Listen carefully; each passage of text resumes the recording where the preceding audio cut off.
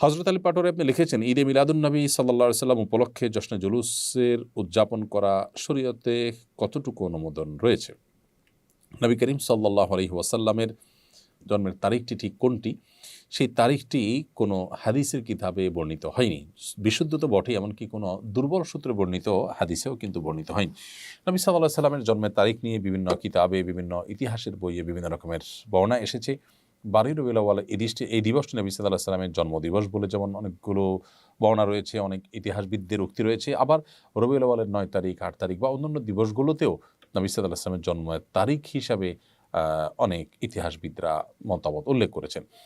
তো এরকম পরিস্থিতিতে প্রথম কথা হলো, যে দিনটি নবী সাল্লাল্লাহু আলাইহি সাল্লামের জন্মদিবস হিসেবে চূড়ান্তই নয়, বিশুদ্ধ কোনো হাদিস দ্বারাও প্রমাণিত নয়। দ্বিতীয়ত, যেই জন্মের তারিখটিকে নবী সাল্লাল্লাহু আলাইহি সাল্লাম জীবনে কখনো উদযাপন করেছেন বলে কোনো জাল হাদিস থেকেও পাওয়া যায় না। আবার কোনো সাহাবা ইকরামও করেননি। সেটি আসলে কখনো ইসলাম হতে পারে না, বা সেটা কখনো সুন্নাহ হতে পারে না। ইসলামের নামে মন গড়া বা নকল কোনো কিছু বানিয়ে নেওয়াটাকে বেদাত বলা হয়। এটি সেখানে সেই বেদাতে পর্যবসিত হবে। সেই সাথে এই দিনকে উপলক্ষ করে যে জশ্নে জুলুস করা হয়, যে মিছিল বের করা হয়, র্যালি বের করা হয়, এর কোনোটির সাথে না কোরআনের, না সুন্নাহর, না সাহাবা ইকরামের কোনো আমলের ন্যূনতম কোনো সম্পর্ক আছে। আমরা এই জাতীয় কর্মকাণ্ডে লিপ্ত ভাইদেরকে আমরা বলতে চাই, অনুগ্রহ করে সাহাবী, খোলাফায়ে রাশেদান, নবী সাল্লাল্লাহু আলাইহি সাল্লাম কেউ তার এই জন্মদিবসকে বছরের ভাবে একদিন করে উদযাপন করার কোনো কালচার মুসলমানদের সেই সোনালী যুগে কখনো ছিল কিনা, আপনি মেহেরবানি করে সেটা একটু খুঁজে দেখবেন। দ্বিতীয়ত হলো, এটি কোত্থেকে আসছে জন্মদিবস উদযাপন, সেটা নিয়ে আপনি একটু পড়াশোনা করুন, একটু অনলাইনে ঘাটাঘাটি করুন।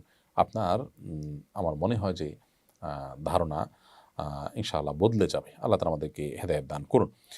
আমার শ্বশুর অত্যন্ত গরিব, তাকে জাকাতের টাকা দিতে পারবো কিনা?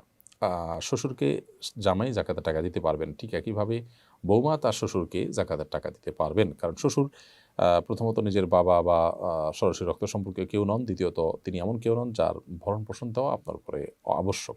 যদি ভরণ-পোষণ দেওয়া আপনার উপর আবশ্যক হতো, তাহলে তাকে জাকাত দিতে পারতেন না। আমি একজন জেনারেল শিক্ষিত মানুষ, রাসূলের সিরাত সম্পর্কে জানতে চাই। এই বিষয়ে কোন বই পড়ার পরামর্শ দিবেন? নবী করিম সাল্লাল্লাহু আলাইহি সাল্লামের সিরাত বা তার জীবন ইতিহাসকে জানবার জন্য অনেক ভালো ভালো বই বাজারে আজকাল আছে, আলহামদুলিল্লাহ। সৈয়দ আবুল হাসান আলী নদভী, সৈয়দ আবুল হাসান আলী নদভী রহমতুল্লাহ আলাইহির নবী রহমত বইটি আপনি যেমন পড়তে পারেন। আবার সফিউর রহমান মুবারকপুরী রহমতুল্লাহ আলাইহির আর রাহিক আল মাখতুম বইটি আপনি পড়তে পারেন। এগুলোর সবই বাংলা হয়ে গেছে, নবী রহমত ইসলামী ফাউন্ডেশন থেকে অনুবাদ হয়েছে। আর রাহিকুল মাখতুম এটা বিভিন্ন প্রকাশনী থেকে ছাপানো হয়েছে, যেটা ভালো, আপনি দেখবেন। সেই সাথে ডক্টর আলী আস-সাল্লাবী নবী সাল্লাল্লাহু আলাইহি সাল্লামের জীবনী গ্রন্থ অতি আধুনিক সময়ে বা অতি সম্প্রতি লেখা হয়েছে, সেটাও আপনাকে এক্ষেত্রে হেল্প করতে পারে। এর বাইরে ইদ্রিস কান্দলবী রহমতুল্লাহ আলাইহির সিরাতে মুস্তাফা, সেটি আপনি পড়তে পারেন। আর অনেকগুলো ভালো ভালো এবং অথেন্টিক বই আছে, যেগুলো নবী সাল্লাল্লাহু আলাইহি সাল্লামের সিরাত সম্পর্কে জানতে আপনাকে সাহায্য করবে। তবে এক্ষেত্রে কয়েকটা বই যদি আপনি পড়েন, সবচেয়ে বেশি উপকৃত হবেন এবং আপনার ভালো লাগা কাজ করবে ইনশাআল্লাহ তাআলা। কাবিন সম্পূর্ণ পরিশোধ না করে স্ত্রীর সাথে সহবাস করা জায়েজ আছে কিনা? এতে স্ত্রী গর্ভবতী হলে সে গর্ভস্থ শিশুর বিধান কি বৈধ নাকি অবৈধ? দেখুন, মহারণা যদি অনাদায় থাকে, মহারণা ধার্য হয়েছে দেননি বা অনাদায় থাকে, পরবর্তীতে মহারণা আপনি পরিশোধ করবেন বা কিস্তিতে দিচ্ছেন, তো এরকম পরিস্থিতিতে স্বামী স্ত্রী পারস্পরিক সম্পর্ক করা, শারীরিক সম্পর্ক করা না জায়েজ বা হারাম কাজ নয়। এবং এর ফলে সন্তান গর্ভবতী হলে বা গর্ভে আসলে সে সন্তান বৈধ সন্তান হিসেবে বিবেচিত হবে। সাহাবা ইকরামের মধ্যে অনেকেই তাদের আপনার মোহর নগদে পরিশোধ করেছেন। অনেকে না, বেশিরভাগই নগদে পরিশোধ করেছেন। অনেক সময় কেউ কেউ বাকিতেও পরিশোধ করেছেন। আসলে তার একটা হাদিস রয়েছে মর্মে, যে মোহর যদি কেউ বাকিতে রাখতে চায়, সেটা জায়েজ আছে। বিধায় এটা নাজায়েজ নয় এবং এর ফলে সম্পর্ক হারাম হয়ে যাবে না। অনেকে না জেনে এটাকে জেনা হবে, হারাম হবে সম্পর্ক এমনটি বলে থাকেন। তবে হ্যাঁ, এখানে একটা বিষয় হলো যে মোহর ধার্য হয়েছে, আপনি যদি মোহর না দেন, বাসর রাতে বা প্রথম সাক্ষাতে স্ত্রী যদি স্বামীকে বলে যে মোহর দেওয়ার আগ পর্যন্ত আমি তোমাকে আমার উপর কর্তৃত্ব করতে অথবা তোমার সাথে আমি শারীরিক সম্পর্ক করতে সম্মত নই, এই বাধা যদি স্ত্রী দিতে চান, ইসলাম শরিয়ার দৃষ্টিকোণ থেকে সেই বাধা দেওয়ার রাইট স্ত্রীর থাকবে, বিকজ এটা তার অধিকার, বিধায় এটা নিয়ে তিনি কথা বলতে পারেন। কিন্তু তিনি যদি প্রথমে বাধা না দেন, প্রথমে সম্মত থাকেন, মাঝপথে এসে বা কোনো একদিন এসে বাধা দিবেন, সেটার সুযোগ কিন্তু থাকবে না। মোহর পরিশোধ করতে হবে, না করলে স্বামী গুনাহগার হবেন। কিন্তু এর মানে এই না যে মোহর অপরিশোধিত থাকলে বা বাকি থাকলে সম্পর্ক হারাম হয়ে যাবে, সন্তান হারাম হয়ে যাবে, ব্যাপারটা সেরকম না। তাসনুবা তরি আপনি লিখেছেন, বিয়েতে মহারণা হিসাবে ওমরা হজের খরচ ধার্য করলে বিয়ে বা মহারণা বৈধ হবে কিনা। বিয়েতে মহারণা হিসাবে ওমরা করানোর শর্ত যদি দেওয়া হয় যে স্বামী ওমরা করাবেন, তাহলে সেক্ষেত্রে সেটা অবশ্যই জায়েজ হতে পারে।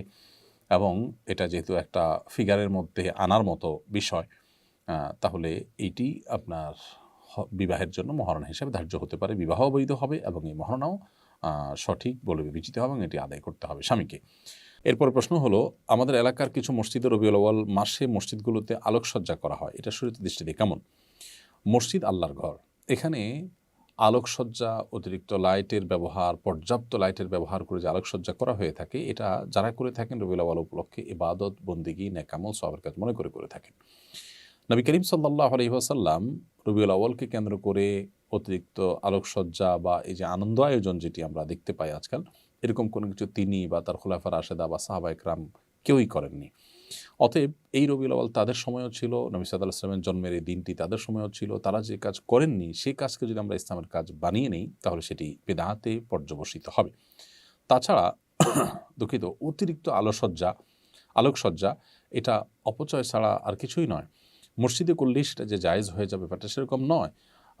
আপনি সীমা রেখা ছাড়িয়ে পুরো ভবনকে আলোকিত করে ফেললেন, প্রতি ২-৪ ইঞ্চির মধ্যে একটা করে লাইট লাগালেন। নিঃসন্দেহে ইসলাম আমাদেরকে যে মিতব্যয়ী হতে বলে, আমাদেরকে যে হিসেবি হতে বলে, এটি তার সাথে যায় না। অতএব আল্লাহর ঘর যেখান থেকে মানুষ শিখবে, সেই জায়গাটাতে অন্তত আমাদের মিতব্যয়ী হওয়ার পরিচয় দিতে হবে।